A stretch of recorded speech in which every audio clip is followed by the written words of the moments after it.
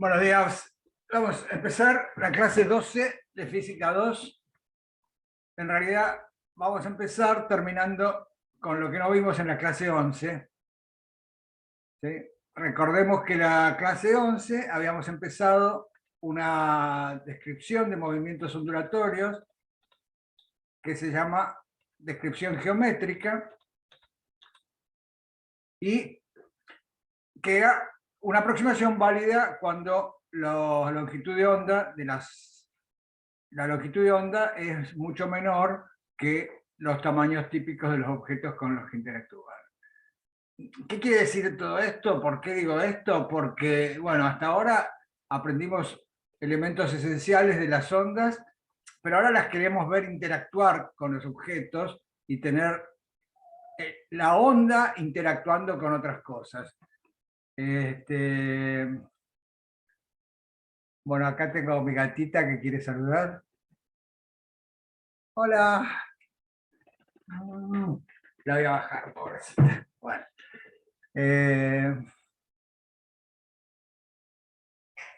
Entonces, bueno, por eso es una aproximación que vale cuando la longitud de onda es mucho menor que el tamaño característico. Y entonces habíamos visto en el plan es este, y lo que habíamos visto eran las leyes fenomenológicas. Como haciendo experimentos podíamos formular ciertas leyes cuando una onda interactuaba con objetos. Y entonces eso lo habíamos hecho en base a unos conceptos fundamentales, que era el concepto de rayos. Y bueno, y de ahí salían las leyes fenomenológicas, que las vimos, bueno, que se sintetizan en este esquema, y que no las voy a recordar ahora, porque así podemos adelantar. Vimos conceptos como el de reflexión total, y ahí un poco creo que nos habíamos quedado en eso, en la reflexión interna frustrada, que era la reflexión interna que ocurría, que se destruía cuando se aproximaba a un objeto. Entonces, si hay dos prismas, por ejemplo, en este caso, este prisma muy lejos de este, y incide luz sobre la hipotenusa del primer prisma, con un ángulo mayor que el de reflexión total, todo se refleja. Pero, como adelantamos que lo que está ocurriendo es que el medio de transmisión se comporta reactivamente, entonces aparece una distancia típica de penetración que, si esa distancia típica es comparable con esta distancia entre los dos prismas, puede haber algo de transmisión. En el caso límite, en que la distancia típica es cero, en que la distancia entre los prismas es cero, bueno, todo se transmite. Y así habíamos visto esto, y habíamos llegado acá, ven, acá está bien claro en un fenómeno cotidiano las dos cosas. El concepto de reflexión total, por ejemplo, en estas partes del vaso, no se ve el dedo. ¿Por qué? Porque toda la luz que se refleja. En cambio acá se ve porque el fenómeno porque está casi en contacto, el dedo está casi en contacto. Hay partes del dedo que están completamente en contacto y otras que están casi. Y entonces, ven, lo que hay es un fenómeno como los que vimos en los fenómenos reactivos, de que la onda se va atenuando a medida que se aleja del comienzo del sistema. Bueno, y esto dijimos, bueno, creo que habíamos terminado acá, en esta transparencia de acá, que es más de lo mismo, es la onda incidente, la onda reflejada y la onda transmitida cuando se destruye el fenómeno de reflexión total.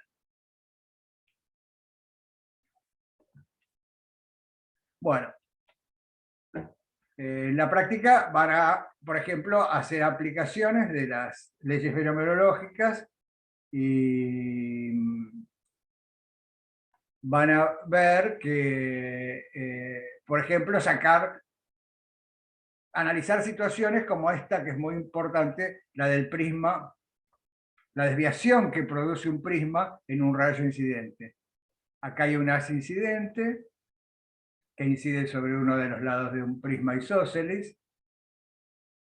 Se transmite, no está dibujada la parte que se refleja, porque estamos interesados en la desviación cuando se transmite, pero es importante tener en cuenta que acá también habría una parte reflejada, que ahora no nos interesa.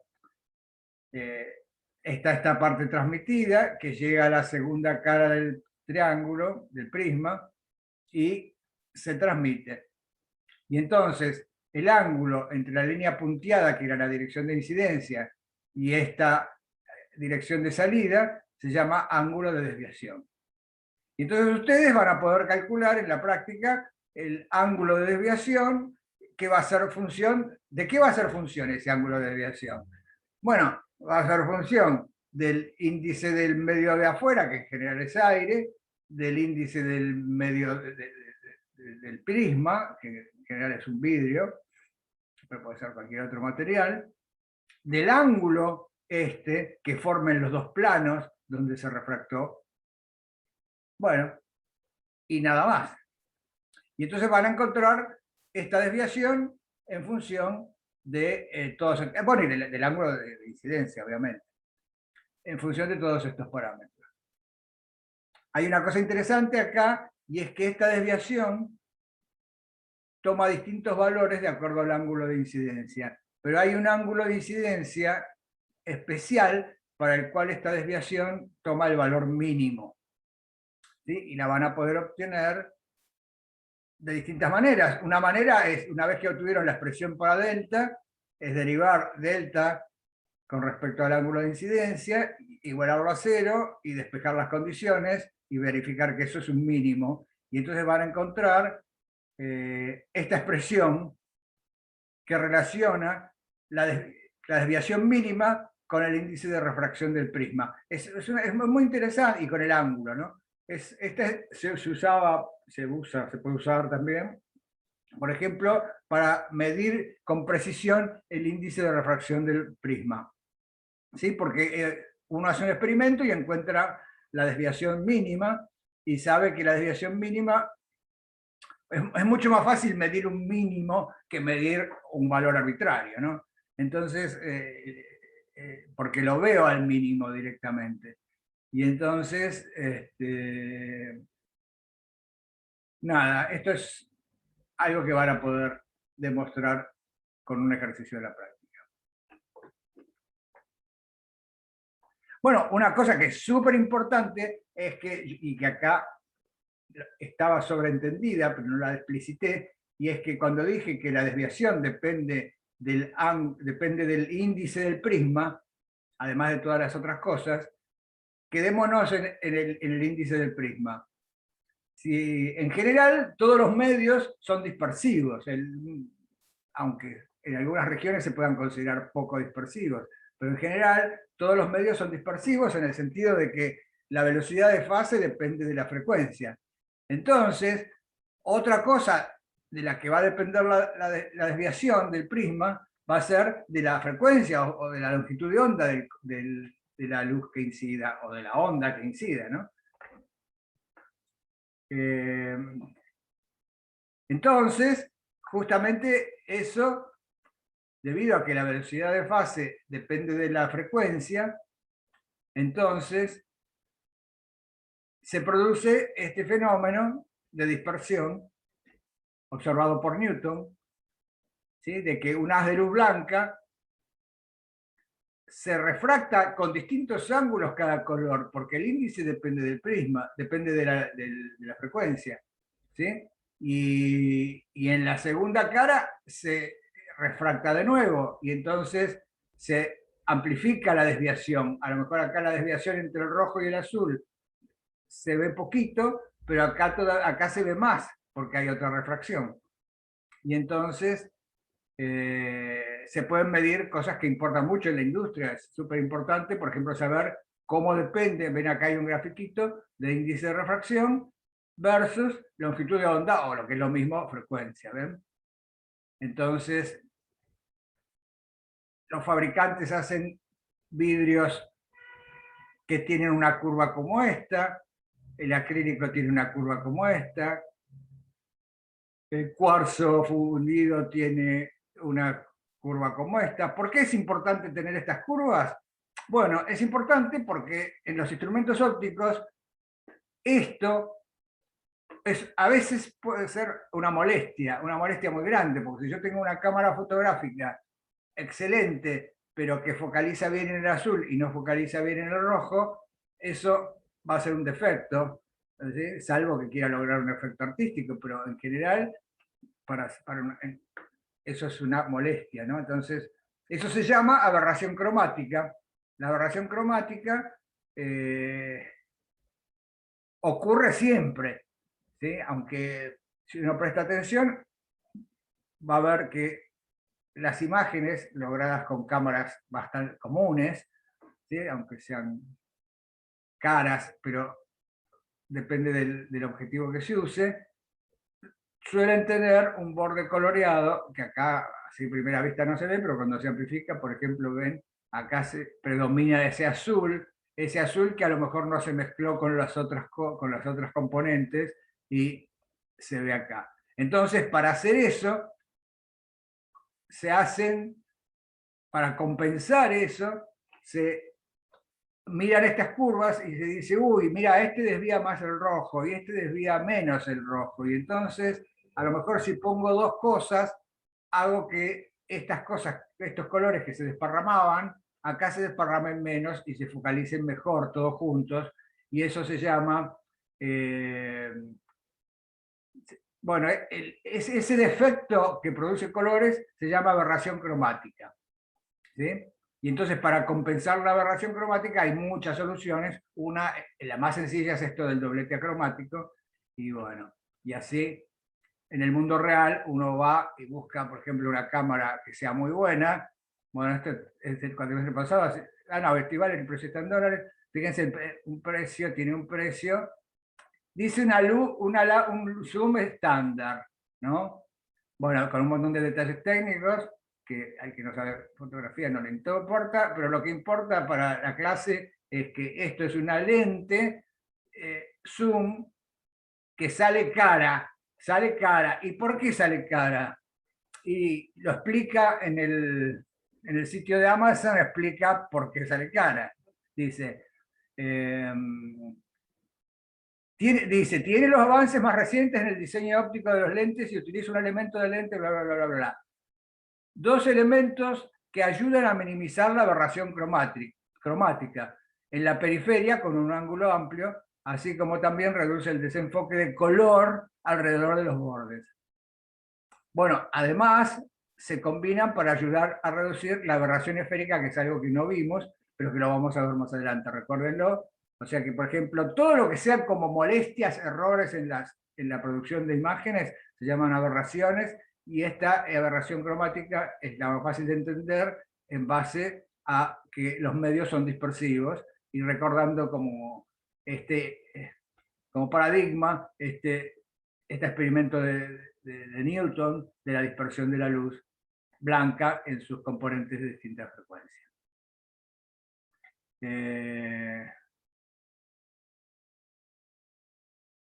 Y entonces, bueno, nada, sí, estaba en esto, aberración esférica. La aberración esférica la vamos a ver más adelante y se refiere a que en general las lentes se hacen esféricas, las más baratas, y entonces por ser esferas y no ser otra cosa que mejor, pero más difícil de hacer, las imágenes tienen defectos también. Bueno, entonces, ahora vamos a ver, una vez que tenemos claro las leyes fenomenológicas, podríamos seguir adelante con las leyes fenomenológicas, siempre.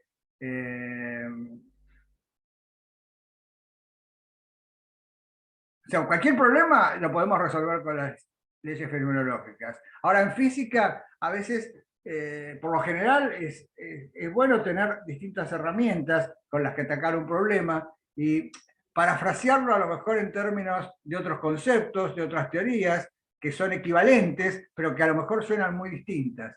Entonces, hay mucha gente que quiso explicar estas leyes fenomenológicas en base a otros principios, y se llaman principios porque no se pueden demostrar. Pero, sin embargo, es como un jueguito, como decir, uy, mira, estas son las leyes. Si la luz fuera tal cosa, si pasara esto y esto otro, entonces se cumplirían las leyes fenomenológicas. Y entonces eso se puede demostrar que cuando se puede demostrar que esto es así, entonces a veces conviene, en vez de usar las leyes fenomenológicas, usar los principios que están formulados de maneras muy diversas. Bueno, y esto es una cosa que la van a encontrar siempre en física, porque nos permite avanzar o explorar caminos alternativos que nos permitan incluso llevar a explicaciones más allá de la simple descripción fenomenológica, que a lo mejor nos puede llevar a principios más fundamentales. La idea es justamente convencernos que si admitimos ciertas hipótesis, podemos llegar a la descripción geométrica que se cumplen. Esas leyes sabemos que se cumplen dentro del error de nuestras mediciones. Bueno, ahora vamos a hacer como física teórica eso. Entonces, en esta parte vamos a ver la descripción geométrica, primero en el marco de lo que se llama principio de Huygens. ¿Sí? Este principio de Huygens establece que todo punto del... Recuerden que esto que habíamos visto acá, que la descripción geométrica se hacía en términos de los rayos, ¿sí? Y que los rayos en realidad no eran otra cosa que las normales a los frentes de onda. Entonces, el principio de Huygens, en vez de ser formulado en términos de los rayos, se formula en términos de los frentes de onda. Ojo, es importante esto, porque en el momento en que se hizo este principio no se sabía qué era la luz, si era una onda o no, o una partícula o qué. Y entonces fue un paso importante que dio Huygens, porque dijo, ¿y si la luz fuera una onda? ¿Y si fuera una onda y los frentes de onda hicieran tal cosa y tal cosa y tal cosa? Porque tampoco tenía las ecuaciones para describir esa onda. Y entonces eso fue lo que dijo Huygens. Huygens enunció un principio que le permitió explicar las leyes de la descripción geométrica, las leyes fenomenológicas. Dijo que todo punto de un frente de ondas actúa como fuente. O sea que si yo tengo un frente de ondas, por ejemplo, esto es un frente de ondas plano, ¿sí? Este frente de ondas plano que se está propagando, para ver cómo se propaga este frente de ondas plano, lo que tengo que pensar es que cada punto de este frente de ondas plano es una fuente puntual, ¿sí? ¿Y las fuentes puntuales qué tipo de ondas emiten? Esféricas. Esféricas, claro. Entonces, bueno, ¿ven? Entonces esto que dice acá está un poco redundante, porque dice que cada punto de un frente de ondas actúa como fuente, entre paréntesis, de onditas esféricas, ¿sí? Porque si es una fuente puntual, emite onditas esféricas. Lo que pasa es que Huygens decía, bueno, pensemos que cada punto actúa como una fuente, emite onditas esféricas, que tienen igual velocidad que la onda original, y entonces el frente de ondas evoluciona, se propaga, de manera tal que la envolvente de todas las onditas esféricas que emitieron los puntos del plano, podrían ser frentes de onda que no son planos, que son curvos, es el frente de ondas en un instante posterior, ¿no? Entonces esto sería algo así, como acá está esquematizado, ¿eh? Este es el frente de ondas en el instante t. Cada punto, por ejemplo miremos uno de los puntos, pero hay un montón, porque es un plano, tiene infinitos puntos. Cada punto actúa como emisor de ondas. Entonces acá está en el instante t más delta t, este punto habrá emitido una onda esférica que tiene radio b por delta t. ¿Sí? Cuanto más grande sea delta t, más grande será el radio de esa ondita emitida.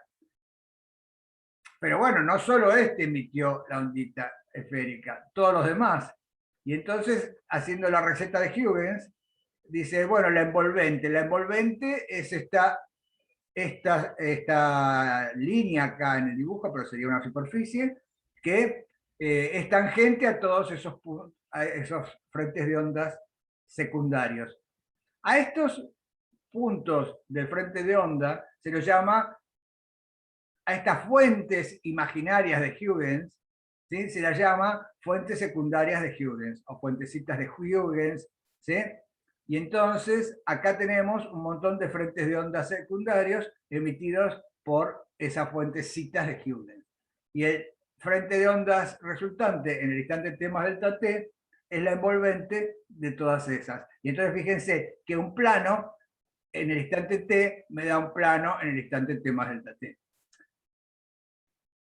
¿Sí? Lo mismo si tuviera un frente de ondas que no fuera plano, ¿ven? Que fuera, por ejemplo, esto. Bueno, por ejemplo, si fuera un esférico, que es fácil de hacer la envolvente, lo mismo, agarro un punto que está acá y el frente de ondas en el instante delta t tiene un radio b por delta t, pero hay un montón de puntos y entonces hay un montón de esas onditas secundarias. Y la envolvente, es esta línea roja, vuelve a ser una onda esférica. ¿Sí? Y así cualquier otra forma. Y con esto, Huygens permitió, con esta idea de Huygens, se pueden demostrar las leyes de la descripción geométrica. ¿Sí?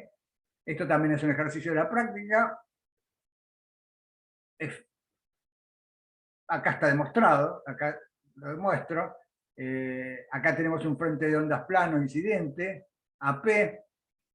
En el instante en que el punto A toca la superficie de separación entre el medio blanco y el medio verde, digamos, en el instante en que el frente de ondas AP toca el medio verde, empieza a emitir ondas.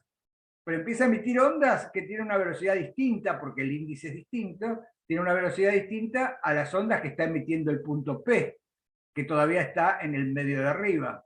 Y entonces, cuando el medio de arriba haya llegado a la superficie, cuando el punto P del frente de ondas incidentes haya llegado a la superficie, en el punto B que está marcado acá, el punto A que ya había estado emitiendo en el medio verde, como si, por ejemplo, si esto es aire y esto es vidrio, el índice del vidrio es mayor que el índice del aire, quiere decir que la velocidad en el vidrio es menor que la velocidad en el aire. Entonces, el radio de la ondita de Huygens emitida en el medio verde es menor que el radio, o sea, que está la longitud emitida por el punto P que estaba todavía en el aire.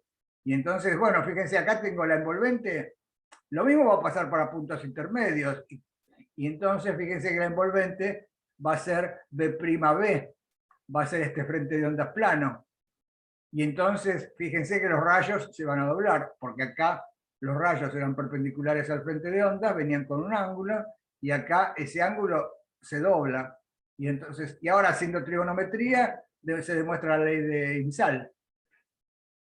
¿Sí? ¿Lo ven? Sí.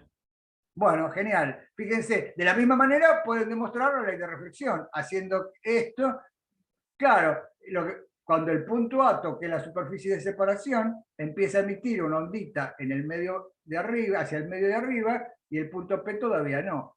Y entonces ahora, por eso se dobla, y el ángulo de reflexión es igual al de incidencia. ¿Sí? Se puede mostrar la ley de reflexión.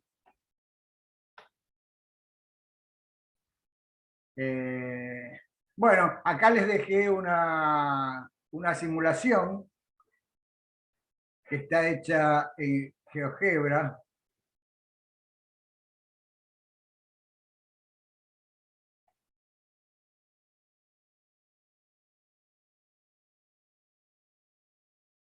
donde está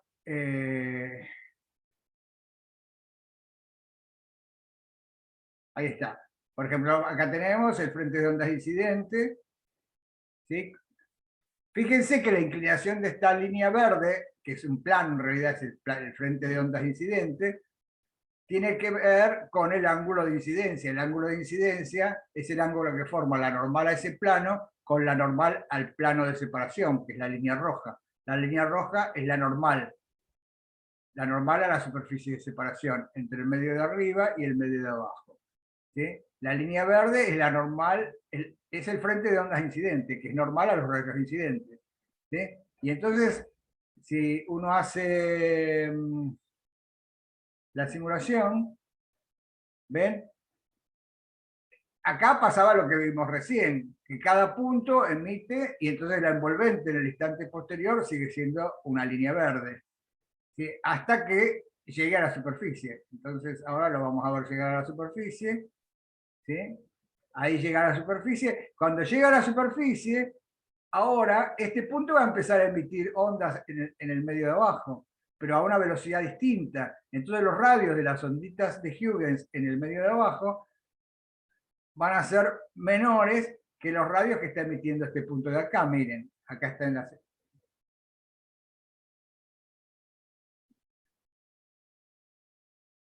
Y acá se ve una cosa, también se ve una cosa que es, que como yo solo analicé antes los puntos extremos, acá están hechos los puntos intermedios también. Fíjense que el primero que llegó emitió este frente de ondas de radio más grande. El que llegó más tarde emitió un frente de ondas de radio un poquito más chico, y así. Es como que el frente de ondas incidente va prendiendo fuentecitas de Huygens en este medio. ¿Sí? Y bueno, acá está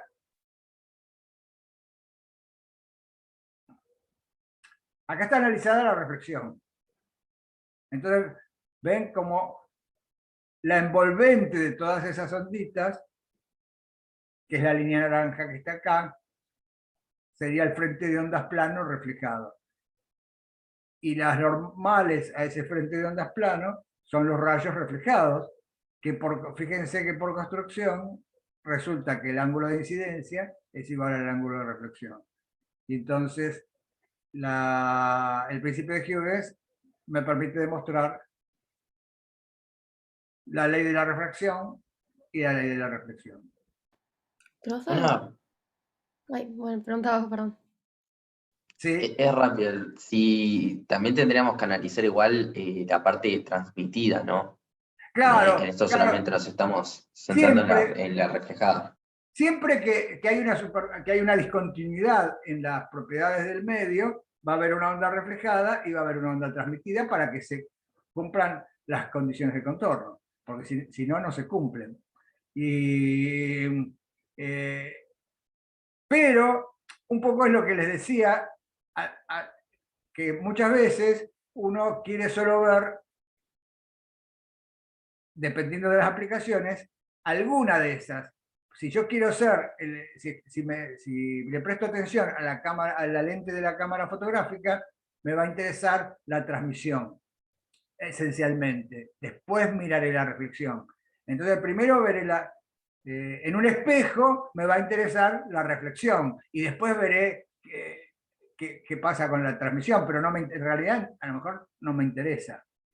Entonces, pero es cierto, acá ocurren simultáneamente las dos. Lo bueno es poder separar de acuerdo a que uno esté interesado, es decir, en dónde está el detector. Si yo estoy en el mismo lado que estaba la fuente, lo único que voy a poder detectar es la onda reflejada. En cambio, si estoy del lado que está del otro lado de la superficie, contrario a la fuente, solo voy a poder detectar la onda transmitida.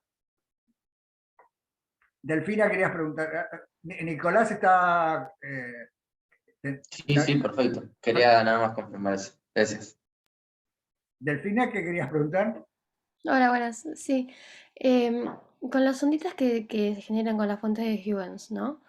Tipo, por ejemplo, la ondita del otro extremo que tocó tipo, que tocó la línea gris por primera vez, viste que es más grande. em, ¿Por qué se toma como que se toma la línea naranja desde ese punto y no tomando como más parte del circulito celeste grande? No sé si se me llegó a explicar. Tipo, ¿por qué se Ah, toma? porque Claro, tiene que ser tangente a todas la envolvente. Eso es como medio una. Para Huygens decía la envolvente, pero en el concepto de envolvente está implícito que tiene que ser tangente a todas las superficies. Eh, por eso está hecho, esta línea está hecha no de cualquier punto de este circulito celeste punteado, sino que es tangente. Fíjate, pasa rasando ese círculo azul, ese círculo celeste punteado. Y además pasa arrasando a este otro circulito celeste punteado. No, no sé si. no, sí, sí, era eso. Lo Claro, ves acá? Acá no me salió porque este tendría que ser el mismo radio que los demás. Pero ves, esta línea es tangente a todos los circulitos. claro, genial. Está. ¿Sí? Bueno, Gracias. no de nada. Entonces, Perdón, Ricardo. sí, Matías, pregunta. No, es que no puedo visualizar bien esas fuentes. ¿Van como interfiriendo entre ellas y de alguna manera te deja solamente con el envolvente? Claro, es que yo lo estoy contando como lo decía Huygens, y claro, está bien lo que dice Matías, deja un montón de preguntas Huygens. Huygens está dando como una receta, por eso se llama principio, porque dice, bueno, miren, esto se podría explicar si fuera así. Ahora, claro, eso lo bueno, por un lado, es que te hace pensar más.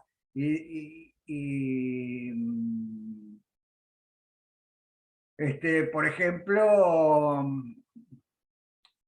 ¿cómo era lo que decías vos? No, por ejemplo, en la diapositiva anterior a esta, que están todas como. Perdón, más antes, cuando tenías el dibujo de esa. eh, Como que ahí tenés unas superpuestas con las otras, y yo digo, ¿de qué manera eso no te desparrama todas las ondas, toda la luz, ¿no? Como que todo calza perfectito para formar esa envolvente. Pero o sea, cuando están como chocándose entre ellas, esas fuentes de luz, Claro, no sé cómo se corrige todo eso para formar una envolvente linda. claro, no te lo dice Huygens. Huygens no te lo dice, te dice, si vos querés saber, es la envolvente. Y vas a ver que la experiencia te lo demuestra. Y claro, nosotros vemos que esto que dice Huygens, de lo que dice Huygens se deducen las leyes fenomenológicas. Lo que pasa es que paga más Huygens, porque te hace hacer esas preguntas como te haces vos, Matías, de qué es lo que está atrás que sepa que es la envolvente y se acomoden así. Lo vamos a ver más adelante, vamos a ver que el fenómeno que está atrás es la interferencia y la difracción, que son los últimos temas de la materia. Entonces, acá se va a ver que, pero claro, para eso hay que saber qué es una onda. Si sabemos que es una onda y que sigue, por ejemplo, está regida por la ecuación de ondas clásica, que es lineal, entonces, si tenemos distintas fuentes, diríamos que la resultante en cada punto va a ser la suma de las perturbaciones, la perturbación resultante en cada punto va a ser la suma de las perturbaciones producidas por las distintas fuentes. Y entonces así vamos a ver que los puntos que tienen igual amplitud van a ser los que están en esta envolvente de Huygens. ¿Sí? Pero para eso hay que admitir que es una onda y que satisface la ecuación de ondas lineal y que entonces la suma de soluciones también es solución. O sea que, en pocas palabras, solo sobrevive la parte de la fuente en la que está la dirección del plano en el que venía. Bueno, que ahí están los puntos, porque los frentes de onda son los puntos de igual perturbación. Que acá están los puntos de igual perturbación, que son los frentes de onda. Ahí puede ser máxima, mínima o cero, ¿no? todo eso no lo dice Huygens, pero si lo querés pensar en términos de suma, vamos a ver que la suma, que la interferencia puede ser constructiva o destructiva, ¿sí? Cuando se juntan dos crestas es constructiva, y cuando se junta una cresta para arriba con una desfasada en pi es destructiva. Y cuando pasan cosas intermedias no es ni constructiva ni destructiva. Pero vamos a ver que esto sale de los frentes de onda.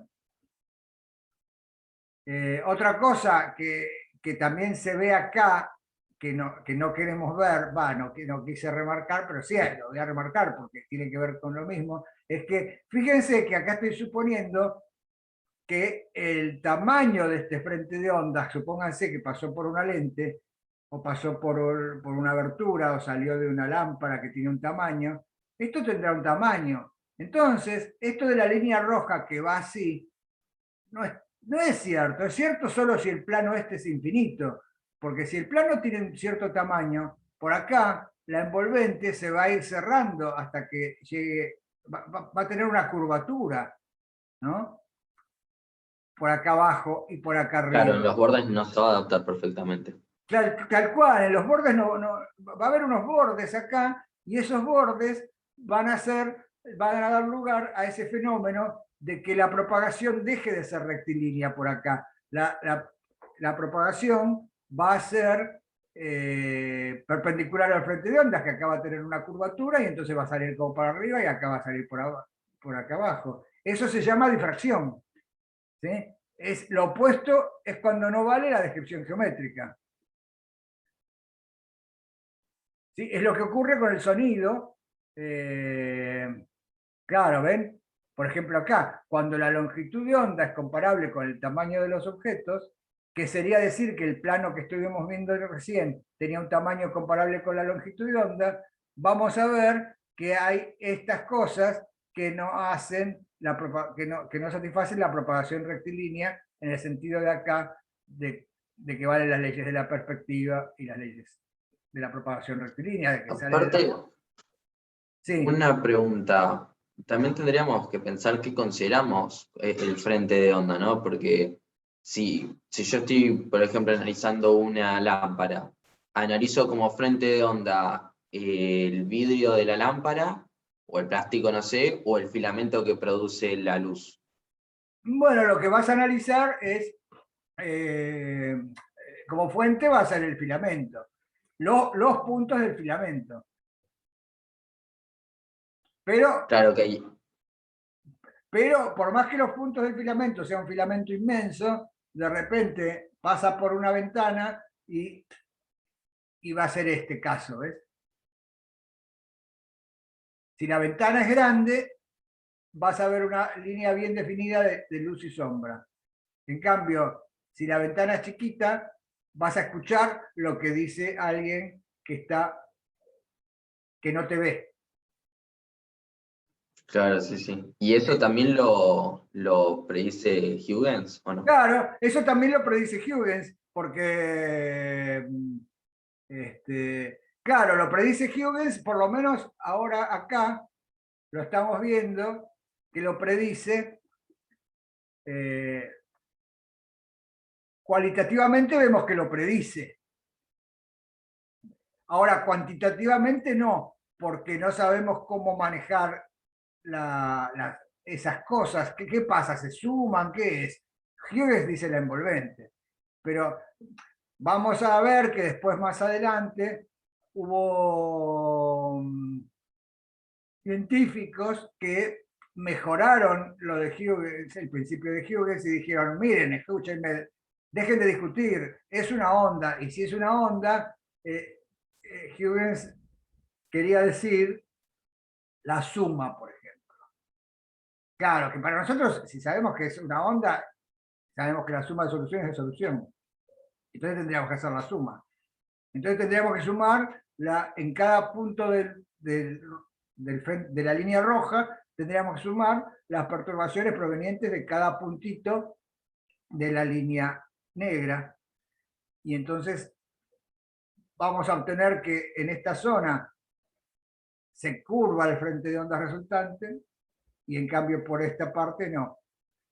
Y entonces, bueno, así vamos a poder cuantificar la difracción, admitiendo que esto es una onda. Bueno, que la luz, pero que para toda onda vamos a poder cuantificar la difracción usando el principio de Huygens de una manera más operativa. Eso lo hizo Fresnel. Y por eso más adelante vamos a usar el principio de Huygens-Fresnel, que mejoró muchas cosas. Por ejemplo, mejoró que acá nadie dijo, pero si fueran frentes de onda, si fueran fuentecitas puntuales, como decía Huygens, acá hay un problema porque las fuentecitas puntuales emiten para todos lados, no solo emiten para adelante. Entonces, ¿qué pasa con las que van para atrás? Eso no lo dice Huygens. Huygens dice, no, no lo miremos, no, claro, como que mi receta vale para adelante, pero no para atrás. Entonces, Y una pregunta, ¿Huygens tuvo eso en cuenta? Tipo, ¿lo mencionó en algún momento? ¿qué cosa, Marcos? El hecho de que se debería emitir también otro semicírculo para atrás con su principio. Mira, creo que, la verdad que no sé, no estoy seguro. No estoy seguro. Sé que las objeciones que le hicieron a Huygens eran, primero, la gente que era como fanática, seguidora de Newton. Y si Newton había dicho que eran partículas, entonces no se atrevían a contradecir a Newton.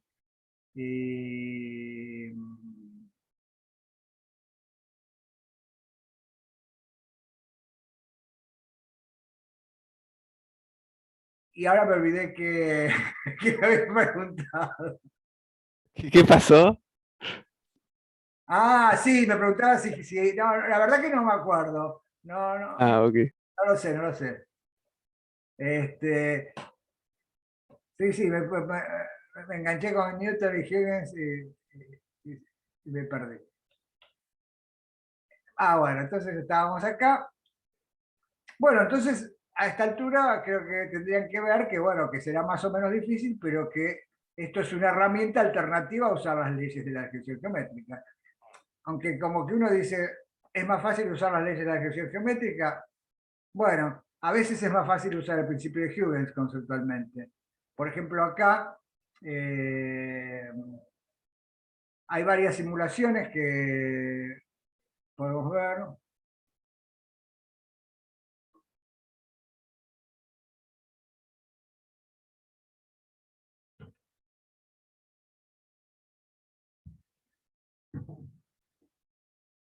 ¿Están viendo mi navegador?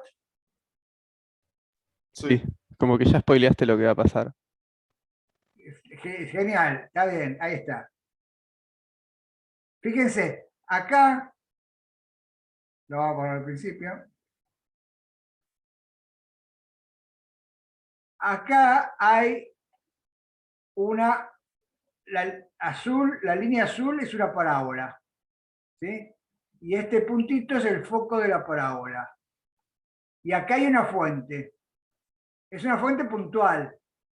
Esta fuente puntual emite ondas esféricas, ¿sí? Y entonces, según Huygens, podemos seguir a estas ondas esféricas hasta que llegan a la parábola. Pero cuando llegan a la parábola, entonces cada una de ellas se va a reflejar y después, haciendo la envolvente de las reflejadas, vamos a ver el frente de ondas resultante. Y eso es lo que se hace con esta simulación. ¿Ven ahí? La fuente puntual está emitiendo frentes de ondas esféricos, que todavía no llegaron a la parábola. Ahí está por llegar el primero, ¿ven? Entonces, este punto de la parábola empieza a estar iluminado por la fuentecita puntual de Huygens, y entonces empieza a emitir como para atrás. O sea, no nos interesa lo que pasa por acá. Digamos, es completamente opaca esta parábola. Y entonces ahora, acá se va a emitir una ondita esférica del frente de ondas verde más adelantado, ¿sí? Pero después se van a empezar a prender los otros puntos de la parábola. ¿Ven? Ahí está.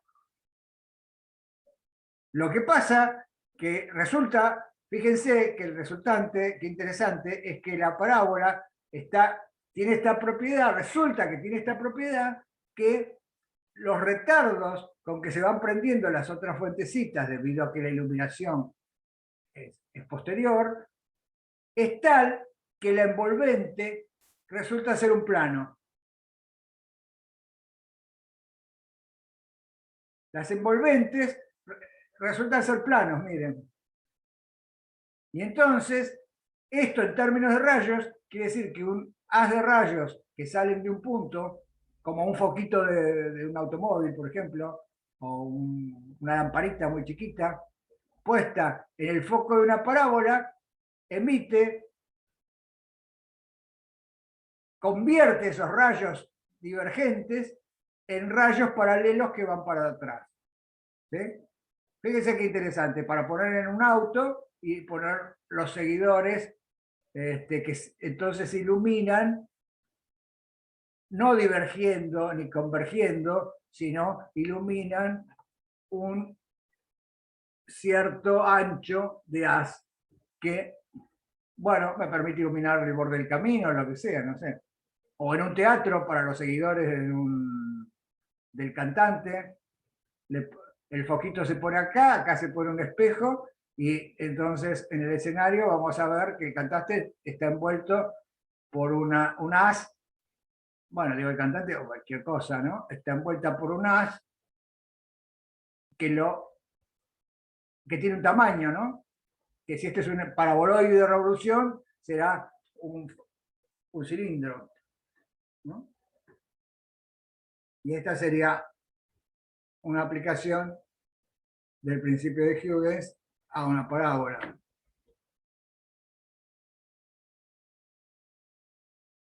Acá lo mismo con una parábola de otra, una parábola más achatada, ¿no? Fíjense, después otra cosita reflexionemos cuando vemos esto, y es que las leyes de la reflexión tienen metido la reversibilidad, porque si el rayo incidente me da lugar a un rayo reflejado, ese rayo reflejado, si doy vuelta a las flechitas, lo que era rayo reflejado pasa a ser rayo incidente, y lo que era rayo incidente pasa a ser rayo reflejado. Entonces, acá no está hecho, pero si yo corriera esta simulación al revés, la película esta, el video este al revés, ¿sí? Lo que vería, ¿qué vería? Un par de ondas planas que después van todas al foco. Chocan Claro, contra la parábola y van al foco. tal cual.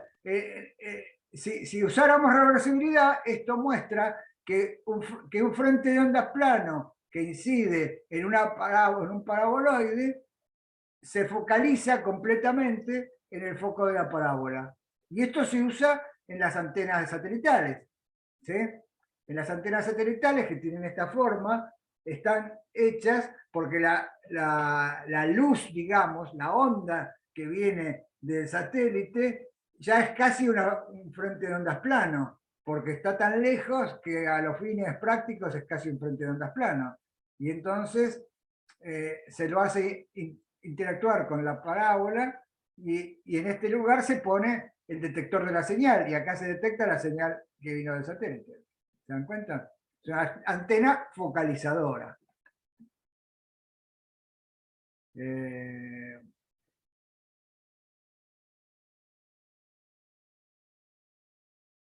la misma manera,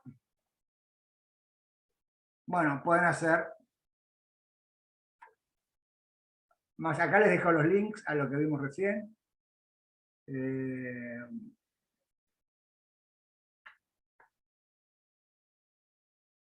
¿Ustedes están viendo el PDF? ¿Sí? Efectivamente.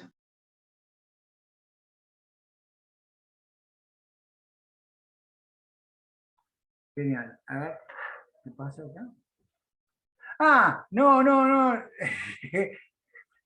me avanzaba, y digo, qué raro. Claro, no me avanza porque acá terminó la clase 11. Entonces pasamos a la clase 12, que sería la clase de hoy. ¿Sí?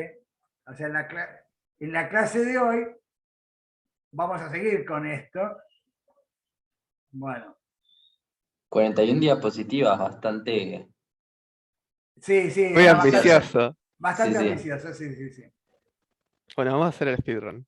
Eh, bueno, con esta idea de fabricarse superficies o cosas que desfasen los frentes de onda a pedido para cada aplicación. Acá les conté, por ejemplo, lo del satélite, o al revés, lo de un foco de un auto, ¿sí? Pero así se pueden hacer cosas que, por ejemplo, que en vez de usar reflexiones, se pueden hacer cosas como lentes que usan refracciones. Entonces, fíjense, la parte del medio retrasa más el frente de ondas incidente y la parte más delgadita retrasa menos. Entonces, el frente de ondas, la envolvente de Huygens, termina siendo esta este frente de ondas curvo que termina siendo un frente de ondas convergente en un punto. Y este sería el foco de la lente. Y así para otras aplicaciones, bueno, por ejemplo, si queremos un frente de ondas así, hay que ver cómo diseñar la forma del vidrio para que salga esto así. Y Profe, una esto, pregunta, ¿cómo se hace eso? y para eso hay que saber, entonces, el lenguaje, pasar de rayos a ondas, ¿sí? Y entonces decir, a ver, yo quiero que de acá a acá, yo quiero que acá la onda se retrase menos. Que se retrase menos quiere decir que esté más adelantada. Entonces este punto B' está más adelantado que este punto de acá. ¿Sí? Y entonces, Claro. claro, ahora es fácil decirlo, después tenés que hacer las cuentas, pero se pueden hacer. Y por eso hay físicos trabajando en las fábricas que producen lentes. Claro, claro, por eso. Sí, sí, sí, es un tema fundamental. Hoy en día sigue siendo un tema fundamental porque cada vez, bueno, conocemos el universo gracias a la radiación que nos llega del universo, porque salimos poco de la Tierra. ¿Sí? Bueno, mandamos naves y cosas así, pero bueno, las naves que mandamos recién están saliendo del sistema solar. Pero podemos ver mucho más allá del sistema solar analizando la radiación que nos llega. Y para analizar esa valiosa radiación que nos llega, porque nos trae información, hay que optimizar cómo manejar estas imágenes, cómo recoger esa radiación de la manera más, de la manera óptima, de que no se pierda, de que se separe. Bueno, muchísimas aplicaciones, ¿no? La, la descripción geométrica que tiene que estar unida con la descripción ondulatoria full, completa, es la que nos permite diseñar aparatos que nos dejan ver cada vez más lejos. Que cada vez más lejos, es decir, cada vez más antiguos. Porque si vemos lejos... Bueno. En el chat preguntaban si este PowerPoint está subido. No lo subí todavía. Una cosa que me olvidé de decir cuando vimos la... Ah, no, porque esta no la vimos. Vimos el de la reflexión. Hay uno idéntico, acá les dejo el link para la reflexión, usando el principio de Huygens. Pero se veía en la reflexión también. Fíjense que la onda plana imponía una periodicidad a lo largo de la superficie, porque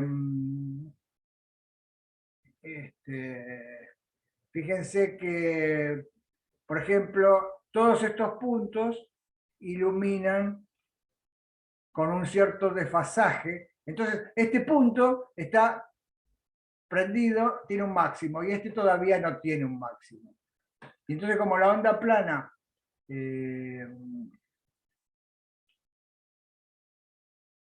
no es paralela al plano de la superficie, no todos los puntos se iluminan simultáneamente. Eso es una trivialidad, pero quería hacer notar de de que en el caso de incidencia normal, todos los puntos se iluminan a la vez, y en cambio cuando la incidencia no es normal, los puntos se prenden con un cierto retraso, y ese retraso cambia periódicamente, que lo vamos a ver bien cuando veamos la descripción, cuando usemos la descripción geométrica. Acá se ve solo en el dibujito, ¿no? Bueno, esto era lo mismo. Vamos ahora a otra manera de ver las cosas. Dejemos Huygens y vayamos a otro principio que trata de explicar las leyes de la descripción geométrica, y es el principio de Fermat. Ese principio de Fermat es como si yo les dijera un problema que nada que ver, ¿no? Sí. Supónganse que ustedes están acá, ¿no? En la playa.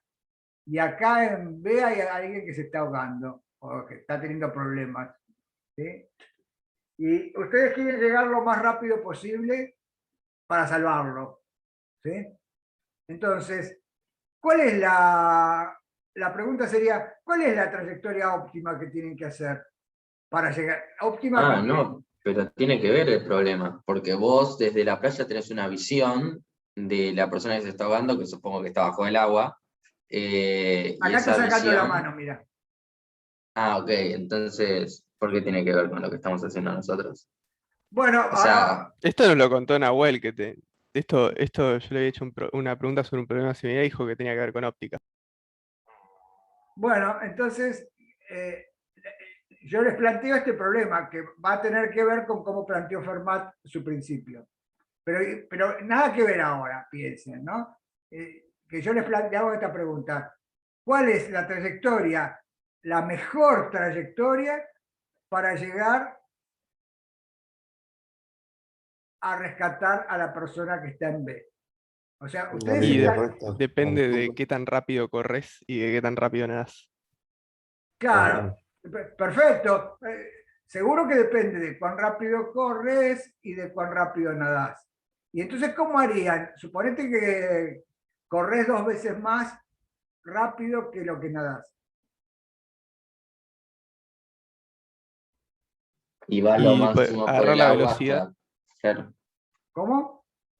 O sea, vas lo máximo que vas por la arena, y que puedas ir por la arena hasta que estés en línea recta, y después nadas lo menos posible. Claro, vos O decís, sea, en ese capítulo. trazo la línea recta desde B hasta la costa, la perpendicular a la costa, digamos. ¿Eso dirías? No podríamos hacer Claro. de Nicolás RDT es dice, igual a espera, velocidad. Marcos. Nicolás dice, de la perpendicular a la costa, nado. O sea, no. Si corres más rápido de lo que nadás, bueno, entonces corre hasta que estés en la perpendicular, Y y después después desde nado. la perpendicular nadás, porque no vas a ponerte a nadar más y corres menos. Pero Si eso corres no más es por... lo óptimo.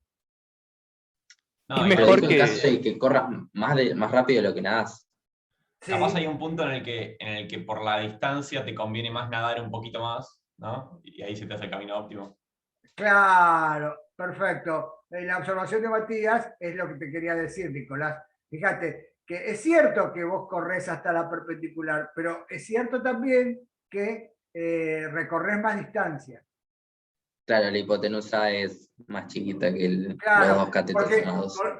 con ese razonamiento tuyo, Nicolás, si nadara más rápido que lo que corro, entonces lo que tendría que hacer es caminar hasta perpendicular a la costa y después nadar acá.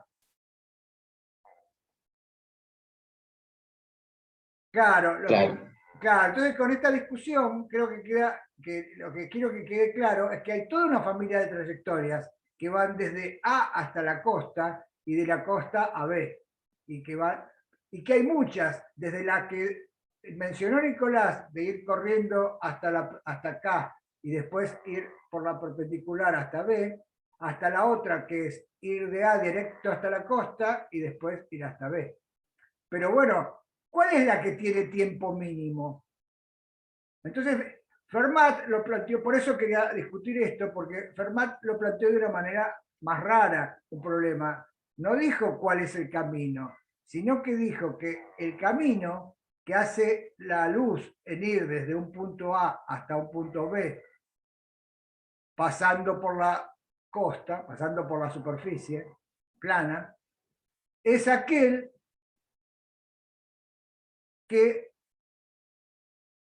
tenga el tiempo, él lo dijo como un tiempo mínimo, aunque después lo vamos a modificar eso. Es el que tenga menor tiempo. No te digo cuál es la trayectoria, pero es la que tiene menor tiempo. Un poco que es raro, porque para saber cuál es la que tiene mejor tiempo hay que explorar todas, ¿no? Entonces uno no se va a poder.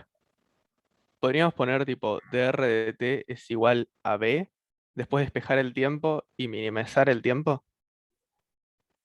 Claro, ese sería un procedimiento. Un procedimiento sería agarrar una trayectoria cualquiera, ¿sí? Genérica, que va de A a la costa. Y hay un parámetro que me dice cuál es el punto de la costa. Y después, que va desde ese punto de la costa a B. Y entonces calcular el tiempo en función de este parámetro que parametriza el punto de la costa. Y después derivar ese tiempo con respecto a variaciones de este parámetro y quedarme con el que me da el tiempo mínimo. Eso sería. ¿Sí? Bueno, y así lo planteó Fermat. Fermat lo que dijo es eso. Es que, por ejemplo, si tengo una fuente en el punto A y un observador en el punto B, el camino que hace la luz para ir de A a B es el que tiene el tiempo mínimo. Entonces va a influir la velocidad en el medio de arriba y va a influir la velocidad en el medio de abajo. Pero la velocidad en los dos medios está relacionada con los índices. Y entonces así vamos a llegar a INSAL. Pero con un proceso más largo, pero con mucha ganancia desde el punto de vista teórico, en el sentido de que acá se los conté si la velocidad es constante en la arena y la velocidad es constante en el agua.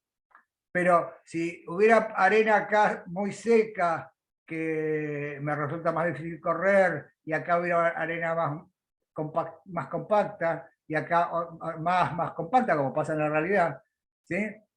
Y la velocidad también dependiera. Bueno, la trayectoria, fíjense que entonces a lo mejor ni siquiera es dos tramos de rectas, no sería así, sino que la trayectoria sería curva, porque también quiero minimizar el tiempo. Entonces, Una pregunta. sí. La delta era la variación. No, la delta todavía no la dije. Ahora la voy a decir. Bueno, ya que me lo decís, te lo voy a decir. Fíjense que lo que hay acá, lo que habría que hacer si la velocidad cambiara, sería hacer en un pedacito donde más o menos es constante, hacer el tiempo de ese pedacito. Después en otro pedacito sumarle el tiempo de otro pedacito. Y así lo que me va a dar es una integral. Y entonces lo que voy a querer es que la variación de esa integral con respecto al parámetro donde estoy llegando a la playa, sea cero para que sea un mínimo, ¿no? O sea, Fermat lo que dijo es que la variación de la integral que representa el tiempo sea cero. Y que sea un mínimo. Después vamos a ver que el hecho de que la variación de esa integral sea cero es correcta, pero no siempre es un mínimo el tiempo. Vamos a ver que hay tiempos máximos y tiempos estacionarios. Entonces, con estos elementos, por ejemplo, sin entrar en esta sofisticación de que la velocidad cambia, supongamos que la velocidad es la misma en la arena y la velocidad en la arena es la misma y la velocidad en el agua es la misma, y las dos son distintas, lo que dijo Marcos recién sería, calculemos el tiempo que hay desde ir de A a P. ¿Sí? Y P es cualquier cosa. pero está en la costa. Entonces voy a poner un sistema de coordenadas y que P tenga coordenada X, que no sé cuánto vale X. ¿Ven? El punto A sí que sé dónde está. Tiene coordenadas XA e Y sub A. Y el punto B sí que sé dónde está. Tiene coordenadas XB e Y sub B. Entonces, pero el punto P no sé dónde está, porque no sé si tengo que correr directo hasta la costa, o si tengo que formar un ángulo, o otro ángulo. ¿Sí? Entonces lo pongo en cualquier lado, genérico, con una coordenada X, el punto P. Lo único que pongo que la coordenada Y, que es la distancia a la costa, sea 0 porque está en la costa, el punto P.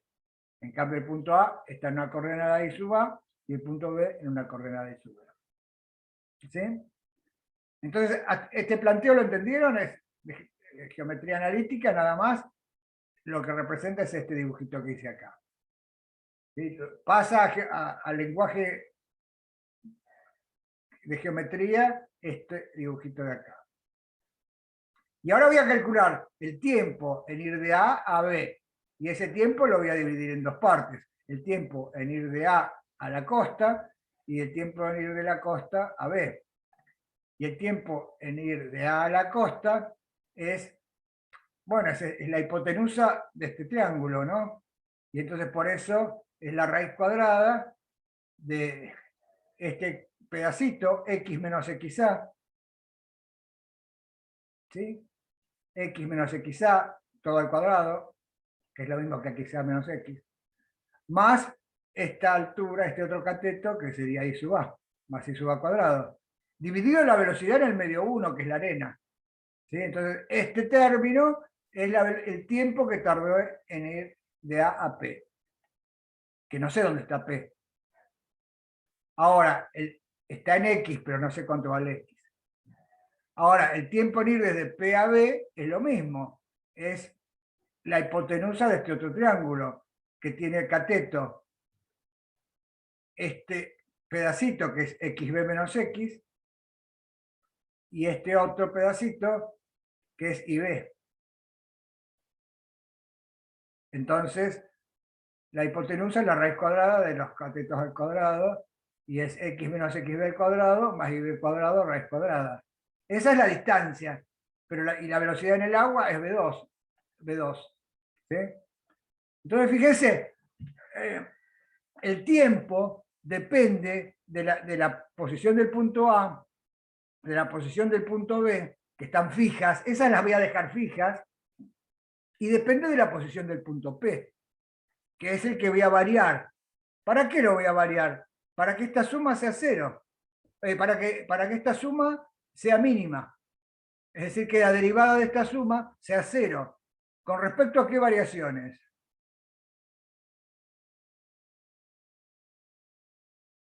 ¿Cómo a qué variaciones? Claro, A las velocidades, ¿no? no, las velocidades Esas están son- fijas.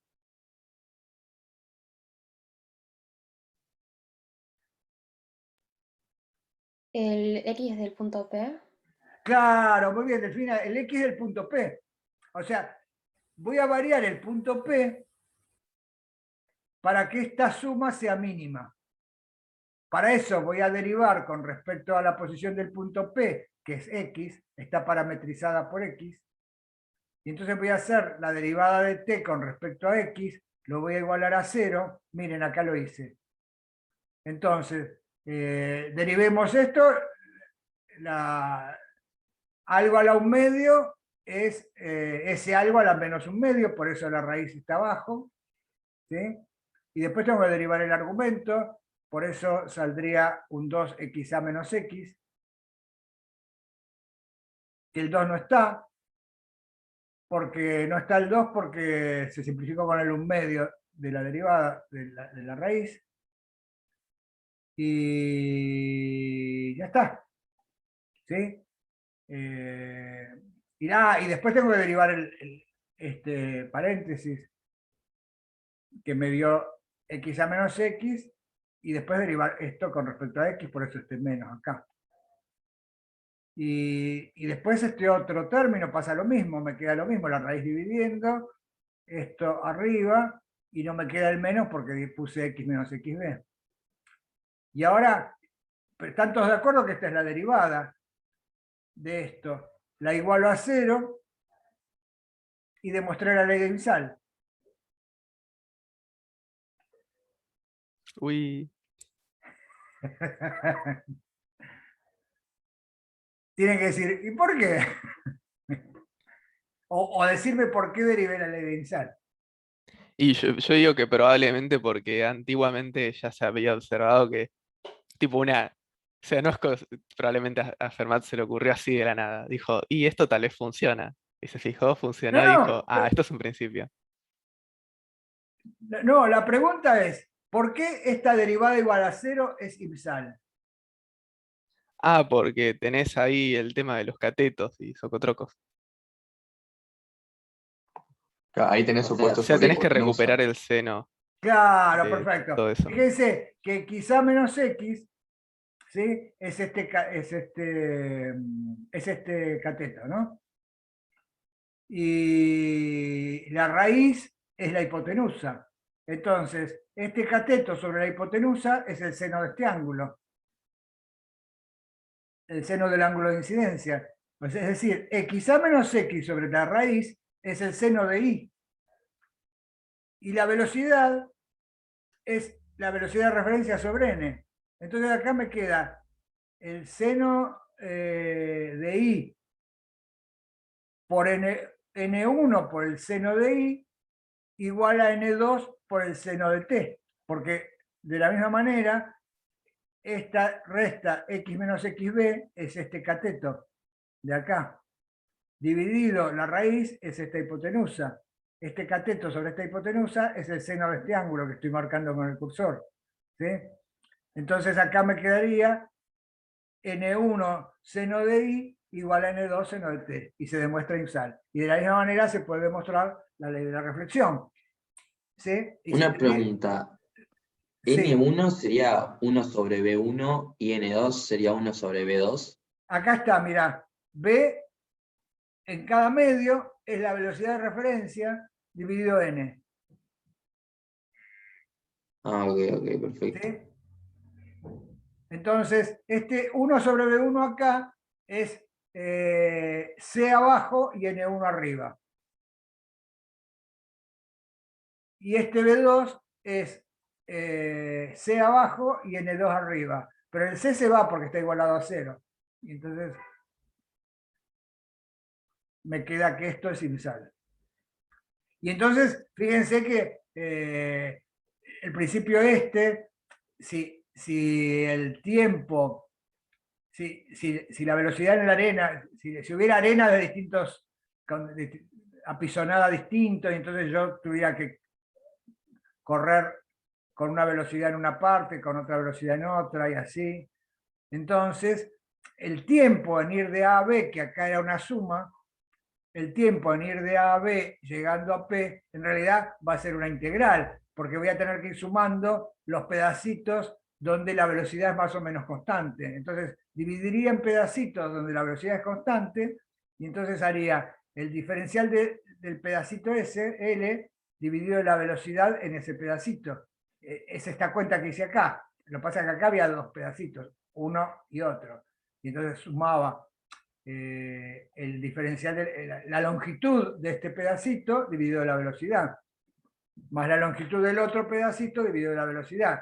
Si tuviera una velocidad que cambia punto a punto, tendría que hacer la longitud de ese diferencial dividido la velocidad que hay en ese diferencial, y entonces el tiempo en ir de A a B pasando por P con velocidades que cambian punto a punto sería una integral en vez de ser una suma, pero el principio de Fermat seguiría diciendo que las variaciones de esta integral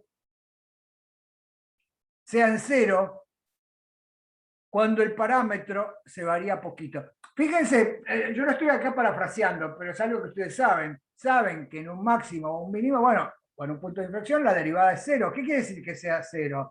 Quiere decir que a primer orden, si yo me corro un poquito del máximo, a primer orden la función no varía, ¿no? eso quiere decir que sea, por eso pedimos que la derivada sea 0. A primer orden la función no varía en un máximo o en un mínimo. Y entonces, por eso una manera quizá más linda de decirlo es que las variaciones de primer orden de una integral, de esta integral, sean 0. Es equivalente a decir que sea un máximo, un mínimo o un punto de inflexión. O un punto estacionario. ¿Sí? Una pregunta, Ricardo. Sí. ¿Qué nos termina de decir entonces sobre la ley anterior? Que los rayos cuando se reflectan y todo eso toman los caminos más rápidos. Sí, o sea, ahora lo vamos a formular entonces como en la formulación moderna. En la formulación moderna lo que dice es, no se lo formula en tiempo, sino que lo suele formular en términos de otra cosa que se llama camino óptico o longitud de camino óptico. Fíjense que acá aparecía la longitud de camino diferencial L. Y acá aparecía la velocidad. Pero la velocidad dividiendo, fíjense que es lo mismo que un índice multiplicando. ¿Sí? Y a menos de una constante que nos sale fuera de la integral. Entonces, en vez de definir el tiempo y pedir que este tiempo sea estacionario frente a variaciones de primer orden, lo que se suele formular en notación moderna es en términos del producto del índice por la longitud de camino. Y eso se lo llama camino óptico. Es decir, fíjense que si yo acá multiplico por la velocidad de referencia, c, miembro a miembro, me quedaría que el tiempo por la velocidad de referencia es el camino, la integral del camino óptico, porque aparece diferencial L sobre B. Sobre B y el C arriba, y eso es N. Entonces, para formular el principio de Fermat, se formula en términos de la longitud de camino óptico, que es esto, es el producto del índice por la longitud de camino. Nicolás pregunta, ¿qué era la velocidad de referencia? Bueno, en el contexto de cada onda, la velocidad de referencia es una velocidad que todo el mundo tiene claro, si no hay que preguntar. Por ejemplo, en el contexto de si estábamos hablando de la luz, la velocidad de referencia es la velocidad de la luz en el vacío, que es una constante universal. Y entonces se miden las velocidades en términos de esa constante universal, a través de esta constante n, que no es constante porque depende de la frecuencia, ¿sí? A través de esta magnitud n, que es el índice de refracción. En el sonido, y también depende si estás hablando de sonido en el aire o sonido subacuático, también será la velocidad del sonido en el agua o la velocidad del sonido en el aire. Hay que preguntar, pero en cada tecnología se suele usar una velocidad de referencia para sacarse las unidades y hablar y para hablar del concepto de índice.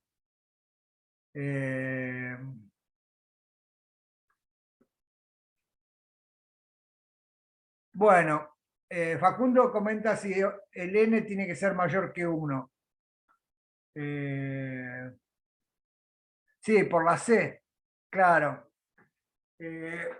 Bueno, acá hay una cosa que uno estaría tentado a decir que sí, pero en realidad no necesariamente, porque como estamos hablando de que el índice como función de la frecuencia, y estamos asociando el índice a una sinusoide infinita, la sinusoide infinita no transmite información. Entonces, realmente no habría un problema en términos de relatividad si la velocidad fuera mayor que la de la luz, porque con una sinusoide no podés transmitir información. Entonces, en realidad, ahí lo que tendrías que pedir es que la velocidad de grupo sea menor que la de la luz. Esta es contestando a Martín, a Facundo y a Martín, que comentaron sobre esto en el chat. Delfina dice, no termino de entender qué representa B. B de L es la velocidad, ¿sí? Que en este ejemplo esta integral en realidad es una suma de dos cosas. Mirá, Delfina. Claro, tipo, en este ejemplo sería la suma de los dos términos ese. O sea, como que. Claro, esta integral, mira, en este ejemplo, B de L es constante desde A hasta P.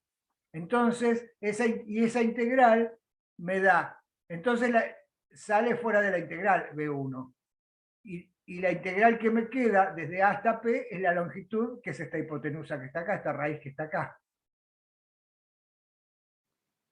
Claro, serían como dos integrales entonces, como que en este ejemplo. En este ejemplo serían dos integrales, tal cual. Ah, ¿Por qué? ok. Porque la velocidad es constante en todo este tramo y después la velocidad es constante en todo este tramo. Entonces, yo sé que esta integral, entonces saco la velocidad afuera de la integral y me queda la integral de diferencial L, que es la longitud de camino. Claro, claro, claro, sí, genial, perfecto. ¿Sí? ¿Lo ves? Y bueno, Ahora, fíjate que lo lindo de Fermat es que además me permite pensar cosas en realidad, primero me gustaría terminar de decir esto, es lo que vine diciendo antes, ¿no? Que entonces se define, en vez de diferencial L sobre B, se define diferencial L por N. Esta magnitud diferencial L por N, que es la longitud del camino óptico, pero que fíjense que es proporcional al tiempo. Entonces, se puede hablar de tiempo o se puede hablar de camino óptico. En la nomenclatura moderna se habla de longitud de camino óptico, porque vamos a ver que es una cosa que aparece en la descripción ondulatoria.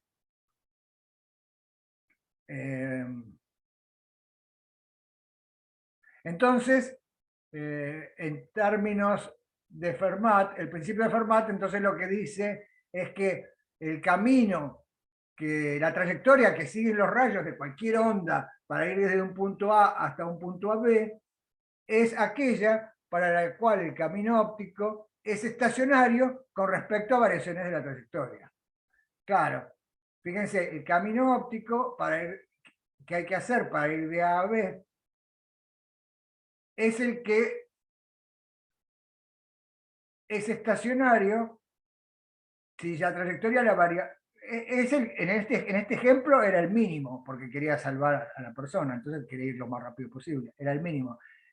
O sea, pero el mínimo es lo mismo decir que es estacionario si lo varía un poquito. Si voy un poquito antes o un poquito después, casi no varió, porque en un mínimo las variaciones de primer orden son cero. ¿Sí?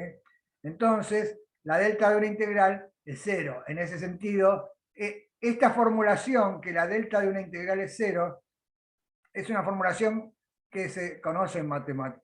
Ojo, la delta de una integral, dejando cosas constantes. Lo que queda constante es A y B. A y B no lo puedo cambiar.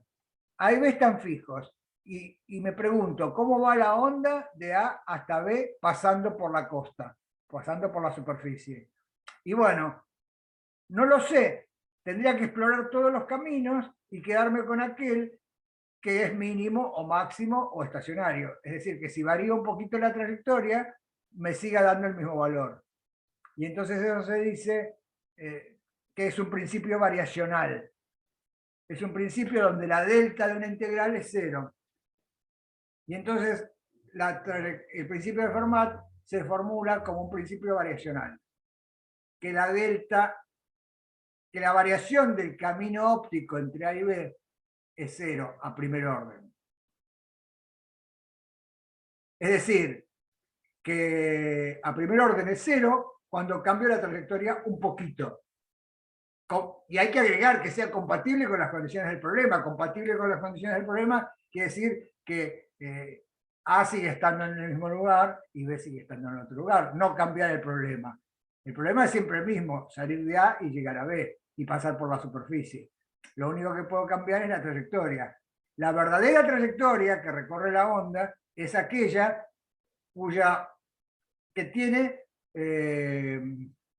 camino óptico estacionario. ¿Sí? Profe, una pregunta, ¿qué significaría la variación si pudiéramos cambiar más parámetros que el x de p?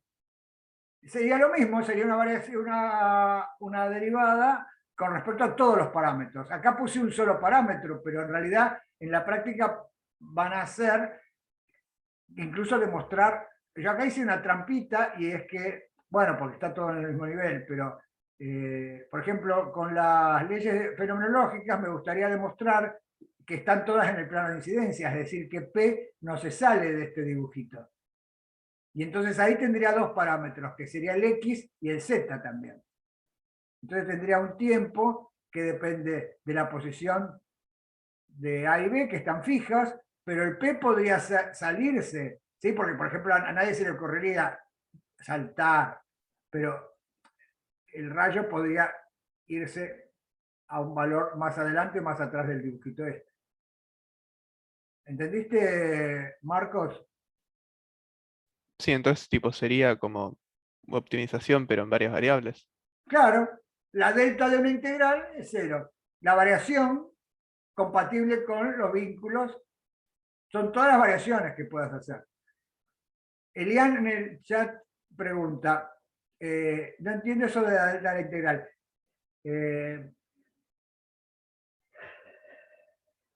Mira, Elian, creo que tengo una simulación que te lo va a mostrar. Sí, después voy a mostrar esto. Pero me voy a saltear una transparencia y después volvemos y para explicarle a Elian y a todos qué quiere decir. Olvidémonos de la playa y de todo eso y ahora volvamos a la luz. Y acá tenemos, por ejemplo, una lamparita y acá hay un observador. Y yo quiero saber cuál es el camino que haría la luz para salir de la lamparita, pasar por la superficie y llegar al observador. ¿Sí? Entonces, lo que podría hacer es hacer lo que habíamos dicho antes, ir del origen a la superficie perpendicular y después de la superficie al destino. Es decir, graficar el tiempo en función de este ángulo de incidencia. Por ejemplo, si el ángulo de incidencia es 0, si el ángulo de incidencia es... y así ir cambiando el ángulo de incidencia. Y voy a ver que, fíjate, en esta escala vertical grafico el tiempo.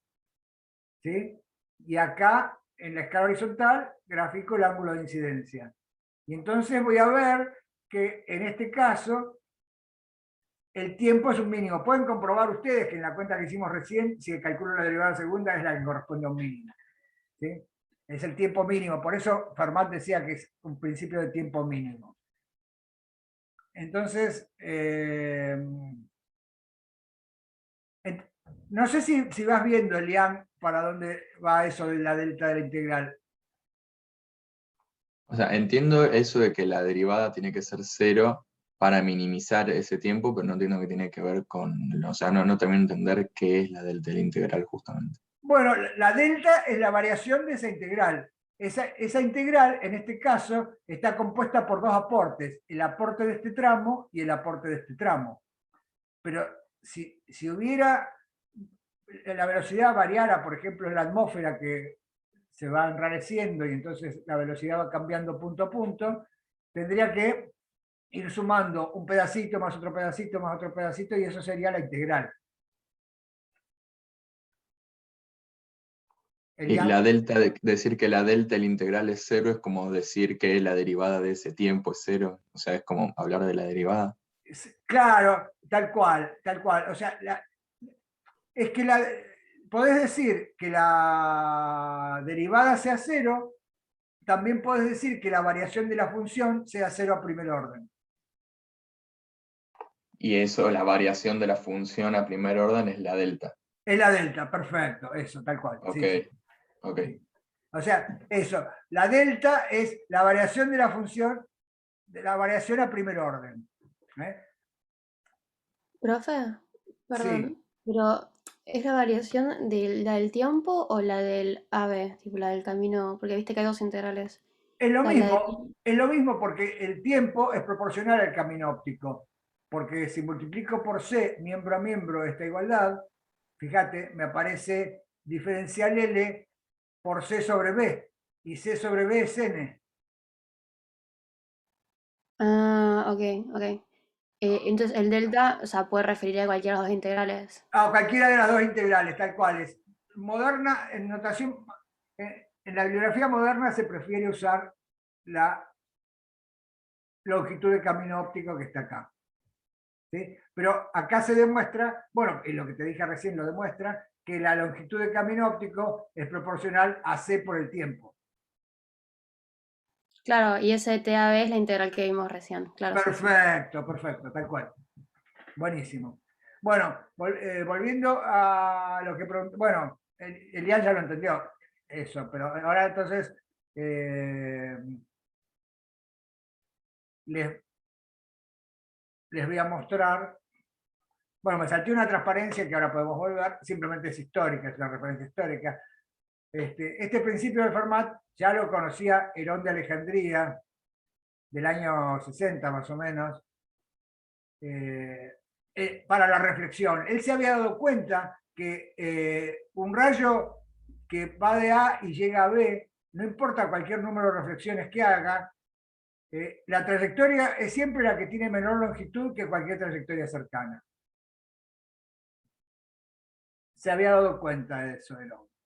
¿Es una trayectoria cercana? Es una trayectoria que varía levemente con respecto a la anterior. Ah, ok, entonces la variación es tipo leve, no es tipo a los Claro, super porque es a gigantes. primer orden. Ah, ok. Porque querés que sea máximo, mínimo o estacionario. O sea que, claro, o sea que varíe poquito. Eso es lo que decía. Y entonces, lo que hace. Fermat decía que era un mínimo, pero decir que era un mínimo es lo mismo que decir que varíe poquito. Pero ¿qué es lo que pasa si no hay un mínimo? Puede haber un máximo. No, pero digo tipo, si no hay máximo o mínimo, si todo es igual. Y entonces todas las trayectorias son posibles. O sea, tipo, si yo agarro un láser y apunto, no sé, a un lugar, siempre va a ir para cualquier lugar. O sea,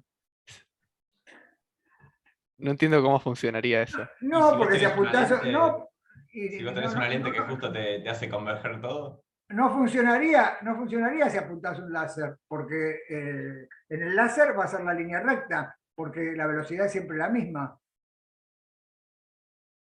Y entonces, con la velocidad constante, la única posibilidad es una recta, porque un máximo no puede haber porque no estaría acotado. Pues te inventás una trayectoria y a mí se me ocurre una más larga, seguro, y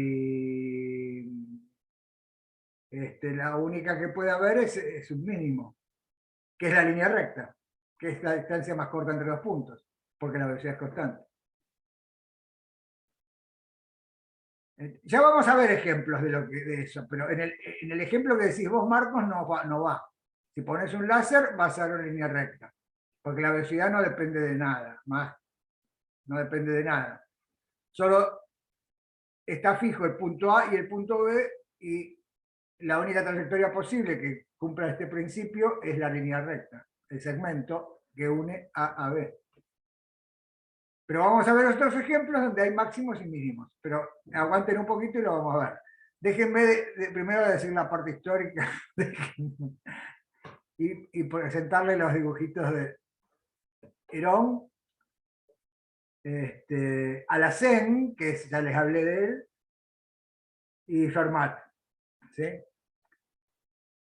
Bueno, Alhazen también se dio cuenta, pero se dio cuenta también en la refracción, y expresó una temprana versión del principio del menor tiempo. Igual seguían con esto del menor tiempo, ¿no? Y Fermat, en 1662, lo expresó como la trayectoria de los rayos con tiempo mínimo. La versión moderna, para tener en cuenta esos casos de máximo, mínimo o estacionario, es esta. Es la que se formula en términos de camino óptico estacionario. Entonces, hay un camino óptico que depende del punto de partida, del punto de llegada, y que la incógnita es la trayectoria. Es como el que yo les digo, vayan de acá a San Telmo y por el camino más corto. Y para saber el camino más corto, tienen que explorar todos los caminos de alguna manera, ¿no? O, bueno, hacer un análisis del mapa y ver todos los caminos. Bueno, Fermat, todas estas maneras de enunciar las leyes, las leyes, que es un principio en realidad, porque nadie lo puede demostrar, implica eso, como explorar, como hacer camino al andar, un poco sería, ¿no? Bueno, se puede versear media hora sobre esto, porque es como que uno dice, ¿cómo sabe la luz? Bueno, pero para nosotros nos interesa operativamente. Operativamente es así. Si queremos descubrir el camino verdadero que hace la onda en ir de un punto a otro que están fijos, lo que tengo que hacer es descubrir cuál es la trayectoria que tiene el camino óptico estacionario. O sea, esto es lo que se tiene que acordar ustedes. Que hay que buscar la trayectoria del camino óptico estacionario. Pueden ver, por ejemplo, les recomiendo que lean el capítulo 26 del libro de Feynman, que habla del principio de tiempo mínimo. En mecánica van a encontrarse con un principio, también un principio así, un principio variacional, que es el principio de mínima acción, como comenta Martín en el chat. Es el principio de El mínima, principio de Martín. el principio de mínima acción. Es el principio de Martín. Bueno, nada. El principio de Martín, por ejemplo, el principio de Martín, lo pueden aplicar, por ejemplo, en un problema que sería, por ejemplo, estoy en el punto A y un punto B en un campo gravitatorio, y me gustaría saber cuál es la vía que tengo que hacer, el camino que tengo que hacer para que deje caer una bolita de A y llegue a B lo antes posible.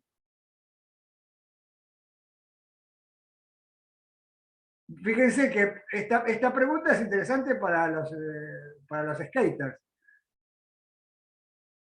O sea, porque la pista de skate va a estar mejor o no, dependiendo. O sea, no hay pocas. Bueno, en general los tramos no son el plano, la línea recta. Fíjense, la trayectoria no es la línea recta la que tiene tiempo mínimo. Las trayectorias de skate tienen una forma más parecida a estas que están acá. Ahora, ¿cómo cuánto? ¿Cuánto tiene que estar como doblada? Y la respuesta la tenés ahí, termina siendo el cicloide, pero hay que hacer los Claro, la cálculos. respuesta está acá. Tiene que ser esta curva, ¿no? Tiene que ser esta curva que está acá. Me acuerdo que lo había hecho Bernoulli en su tiempo, el problema. Y que Newton, creo que Newton lo había resuelto tipo en una tarde. Me parece que me estás verseando, pero bueno. Tal vez sí, pero es lo que yo me acuerdo. No, bueno, es un chiste. Que Bernoulli lo hizo seguro, que Newton lo resolvió en una tarde. Eso Sé ya. que lo resolvió anónimamente.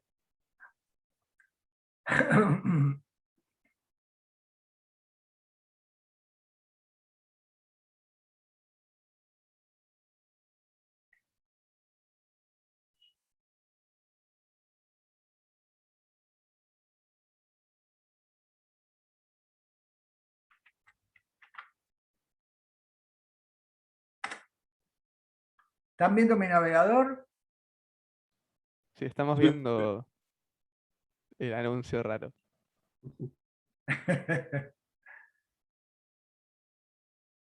Estamos viendo Netflix, digamos. Sí, sí.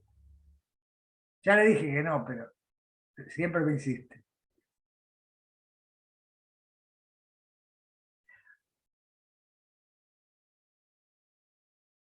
Bueno, esto es una propiedad de la curva que resulta de ese problema que les planteé, que se llama cicloide. La cicloide es la braquistocrona, o braquistócrona también se dice, que es la que tiene tiempo mínimo, y después también la tautócrona, o tautocrona, que es la que, bueno, mejor verlo en el video, ¿no?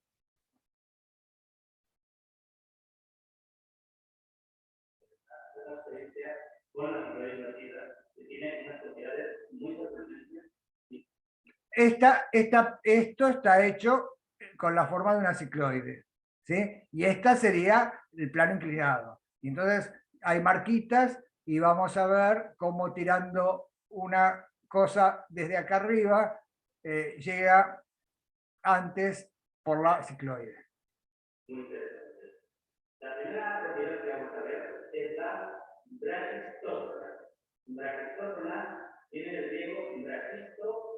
Braquisto quiere decir el más grande.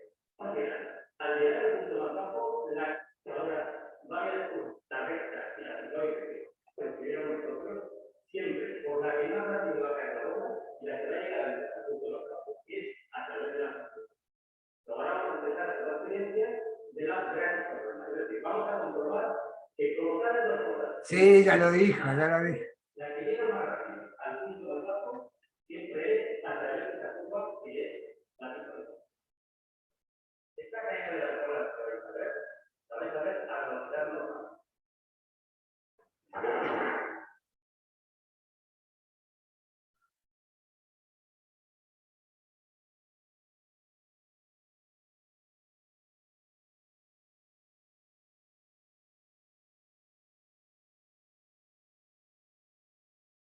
Bueno, ahí se ve. Genial. Lo que les decía, se dan cuenta que este problema es un problema mecánico donde lo que hay que minimizar es el tiempo, pero la incógnita es la trayectoria. Es muy afín al problema que vimos, es tan afín que la matemática es la misma, es una matemática que usa un principio variacional, ¿sí? Les dejo para que vean la otra propiedad que es la tautócrona, que es interesante, pero que es menos relevante para lo que estamos viendo ahora.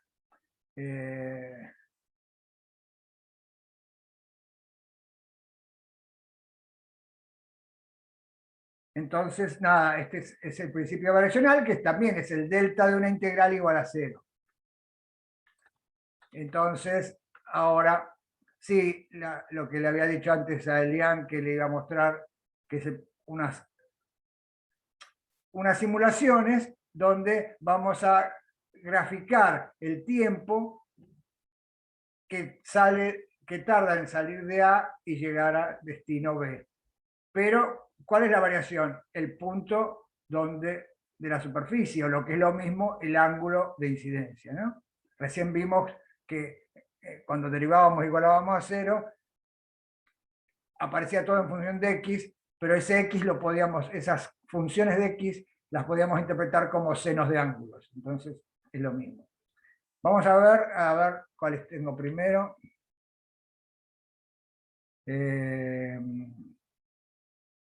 Tengo que pasar al navegador.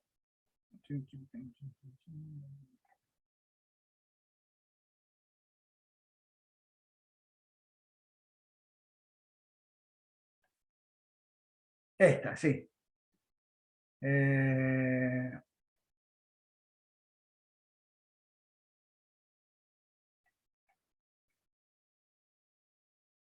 ¿Ven?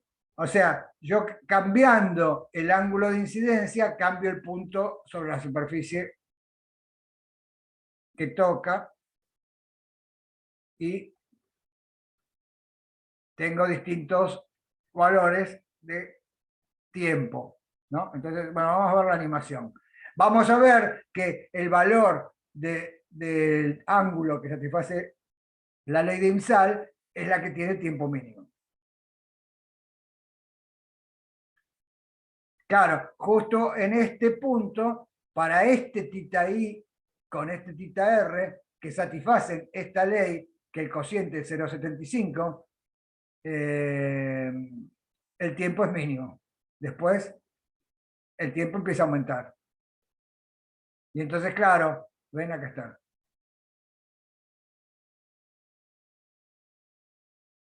Claro, ven, esto quiere decir variaciones de primer orden. Ven, si me muevo un poquito acá, moviéndome un poquito cerca del mínimo, no hay casi variaciones. A primer orden no veo variaciones.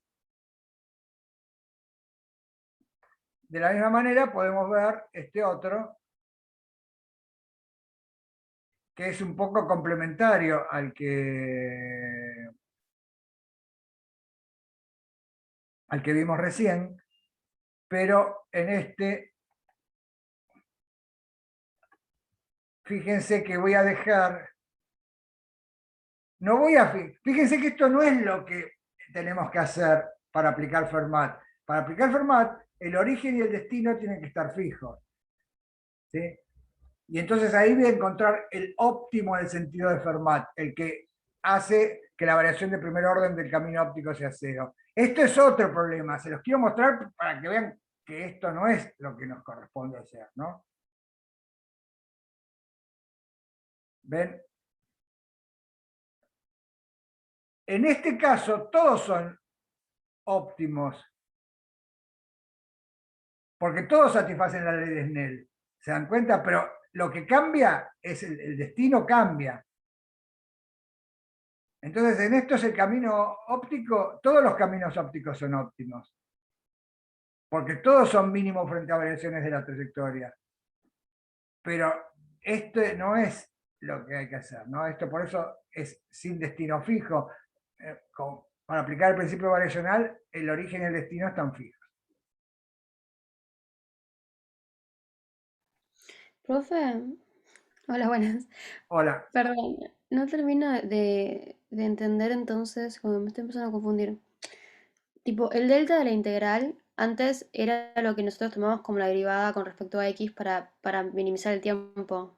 Sí, Y ahora con la nueva integral, o sea que es como que es proporcional, o sea, es multiplicar la que teníamos por un valor, creo que no es en constante.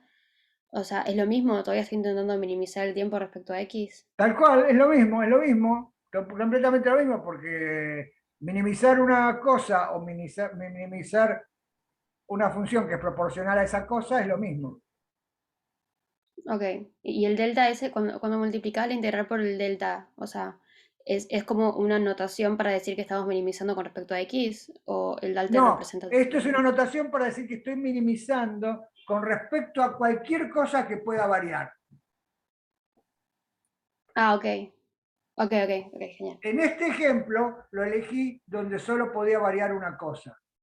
Pero fíjate que si yo pudiera volar, también podría considerar trayectorias volando. Y entonces tendría que poner una nueva coordenada por acá. ¿Sí? Claro, ok, sí. Y podría haber trayectorias en el espacio, no en el plano. O sea, esta delta quiere decir variaciones de algo que depende de muchos parámetros. En este caso depende de un solo parámetro, pero podría depender de muchos otros parámetros. ¿Sí? Bueno, entonces ahora les voy a mostrar un ejemplo. Primero les voy a mostrar cómo se dibuja una elipse, ¿no? Todos deben saber cómo se dibuja una elipse, que es cómo dibuja un jardinero una elipse, por ejemplo. Agarra dos estacas, las clava en el piso, agarra una soga que tenga una longitud mayor que la distancia entre las estacas, y entonces mantiene la soga tirante, y con una tercera estaca en la mano va haciendo un dibujito en la tierra. Y el dibujito que sale en la tierra es una elipse, y los puntos donde estaban las estacas fijas son los focos de la elipse. Esa es la manera de construir una elipse. ¿Eso lo ven todos? Si no, Sí, en Mate 1 se ve eso aparte. Ah, genial. Entonces, si en Mate 1 se ve eso, quiere decir que ¿cuál es la propiedad acá que caracteriza cada punto de la elipse con respecto a las estacas? Que todos los puntos tienen una distancia entre cada uno de los pins constante. O sea, Se la supone distancia... la soga que los une de largo fijo, entonces esa suma siempre va a dar igual. Claro, y otra manera de decirlo sería que el camino, si esto fuera, si acá hubiera un foquito de luz, ¿sí? Y yo quisiera llegar al otro foquito, otra manera de decirlo sería que la distancia de la primera estaca a la elipse más la distancia de la elipse a la segunda estaca, ¿cómo es? Es estacionaria siempre. Constante. Es siempre igual. Es siempre igual. Fíjense que acá tenemos un ejemplo donde la distancia es la misma frente a variaciones de la trayectoria. Entonces, si yo acá pusiera un foquito en el pin amarillo, ¿sí? ¿Cuál es el camino que hacen los rayos emitidos por ese foquito si se reflejan en la elipse? ¿A qué te referís como es el camino? Estacionario. Siempre No, es igual. ¿cuántos caminos hay? Como ¿cuántos caminos hay? Sí, lo que vos decías, ¿cuántos caminos hay si prendo un láser? Yo te Y si digo, ¿cuántos prendes un láser caminos por un hay? lugar, uno. Ah, tipo, ¿Cuántos pasan por los caminos focos hay si siempre. prendo un foquito, que es una fuente puntual? Infinito. Claro, hay infinitos. Todos los caminos son posibles, porque son estacionarios con respecto a variaciones de la trayectoria. Todos los caminos que salen del pin amarillo y llegan al pin azul, si acá pongo una onda cualquiera de agua, de sonido, de luz, ¿sí? Van a golpear en la elipse y van a pasar por el foco azul. Y lo mismo si pusiera en el foco azul. Fíjense que el principio de Fermat contiene la reversibilidad, porque el camino óptico no depende de A y B, de quién es A y quién es B. El camino óptico de A a B es el mismo camino óptico de B a A. Entonces, eso implica reversibilidad.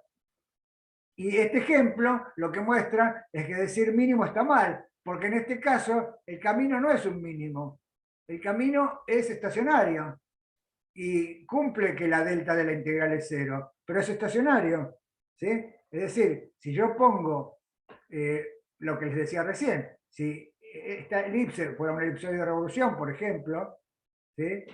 Y pongo una lamparita acá en el foco, en uno de los focos, y no dejo, por ejemplo, tapo un poquito la lamparita para que no vaya directo, o no, yo qué sé, no sé, pero para hacerlo, para fijar ideas, para que solo pueda llegar a P por rebotando, ¿no? Por eso digo, pongo acá una latita, algo para que no vaya directo de S a P.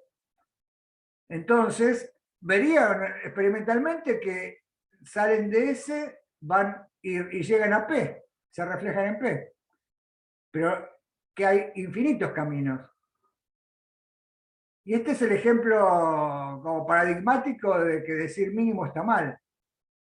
No es las trayectorias de los rayos no son las que dan tiempo mínimo en este caso. Son las que dan tiempo estacionario, no varía. ¿Sí? Bueno, y entonces acá se nos pueden ocurrir ejemplos de que no solo, o sea, el mínimo ya lo vimos uno que es constante, que es estacionario, pero fíjense que a partir de este ejemplo podría encontrar incluso uno donde el camino óptico es máximo, donde el tiempo es máximo, porque fíjense,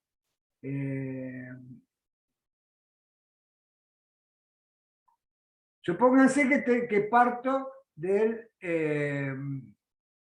espejo elíptico, ¿no?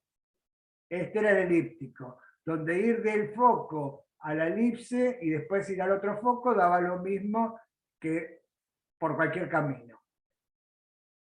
Y ahora supónganse que ese espejo elíptico lo tuerzo un poquito, lo curvo más para arriba y lo hago más parabólico, ¿no? Más parecido a una parábola. Fíjense que el rayo que iba del foco pasaba y llegaba al vértice de E, y iba al otro foco, ese no cambió, sigue siendo el mismo, porque los planos tangentes a esa parábola y a la elipse son los mismos, ¿no? ¿Lo ven? Sí, pero eso sería solo para el rayo que pasa por E, Sí, si lo estás torciendo ahí abajo. ¿sí? ¿Lo ven todos eso? Bueno, pero fíjense que el rayo que sale del foco y viene un poquito antes de E en la parábola, ahora, si ir a la elipse le daba igual, ir a la parábola le va a llevar más tiempo o menos tiempo. Y le va a llevar más tiempo ahora, está más lejos, No, ¿no? si ¿No ponete lo por estás acá, estirando? el camino óptico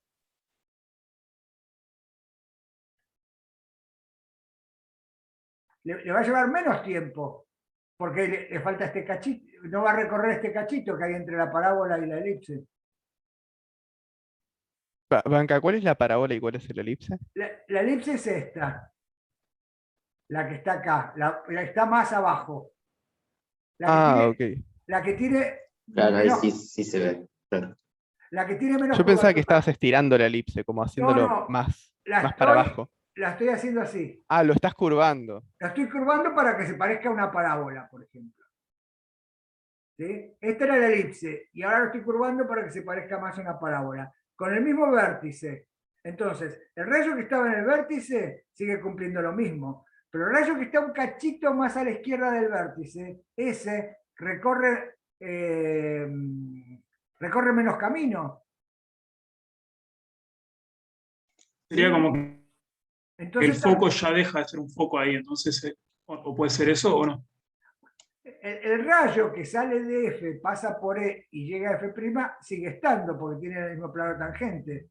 Pero este rayo tiene menos tiempo porque recorre menos camino. Entonces este rayo no existe. Fermat me lo descarta porque el único rayo es este, que es el que tiene tiempo más, y tiene tiempo máximo este rayo. Entonces este es un ejemplo, esto que les mostré de curvar más la elipse para llegar a la parábola, sigue estando este rayo, pero no están todos los demás que estaban antes con el espejo elíptico. Entonces, esto mostraría, vimos en la clase de hoy, entonces, ejemplos de camino óptico mínimo, de camino óptico constante con el elipsoide, y acá se nos pueden ocurrir montones de ejemplos donde el camino óptico es máximo, curvando, manteniendo el plano tangente el mismo, pero curvando más el espejo. Bueno, y fíjense, en el caso del espejo plano, comparado con el elíptico, ahora, con el mismo razonamiento, ahora sí se ve que es un mínimo el tiempo, porque este otro rayo, que está cerquita, pero ya no llega a la elipse, sino que llega al plano, o a una esfera, recorre más, entonces tarda más, y por eso el único que hay es este, que es un mínimo.